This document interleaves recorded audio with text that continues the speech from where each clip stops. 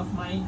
He's Kunal. He is 3 years into his Artas restoration out here, and we restored the entire hairline and the frontal tuft for him. So I get this question many times that does a hair transplant work for a longer period? It's been already 3 years and he still looks the same. In fact, he's only looking better than what he used to. Yeah. So I would like to just zoom in. I would like to show you how beautiful this hairline looks.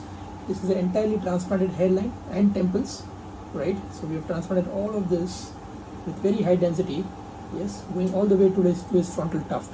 All right.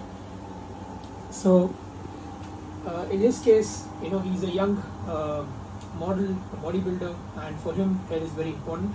So I think it has changed his life in a fantastic way. Am I correct?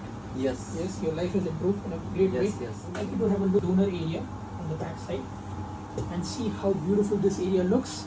We have removed close to 2600 grafts from this area, yeah, and you can't figure out that anything has been done out here. Natural. Looks very natural. All right. So yeah, that's how a good hairline restoration should look like at around 3 years. Thank you for this.